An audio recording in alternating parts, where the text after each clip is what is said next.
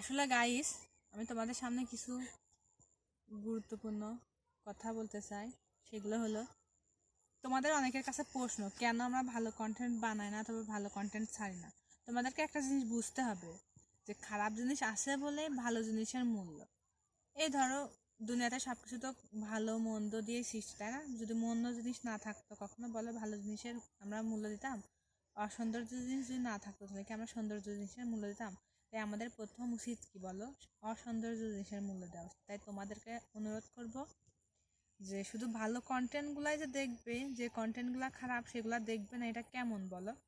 খারাপ কন্টেন্টগুলো আছে বলেই তো ভালো কন্টেন্টগুলো খুব দ্রুত ভাইরাল হয়, খুব দ্রুত সামনে আগাইতে পারে। তোমাদেরকে একটা জিনিস বুঝতে হবে যে খারাপ জিনিসের জন্য ভালো জিনিস আজ ভালো পর্যায়ে যাইতে পারছে। তোমরা এটা কেন বুঝো না? যদি দুনিয়াতে শুধু ভালোই থাকতো তাহলে কি দুনিয়া চলতো বলো? যদি দুনিয়াতে শুধু খারাপ থাকতো তাহলে কি দুনিয়া চলতো বলো? সব কিছুই দুই প্রকারের আছে, ভালো আর মন্দ। দেখো, মানুষের মধ্যে ছেলে মেয়ে আছে, মানুষের মধ্যে কিছু মানুষ সুন্দর, কিছু মানুষ অসুন্দর,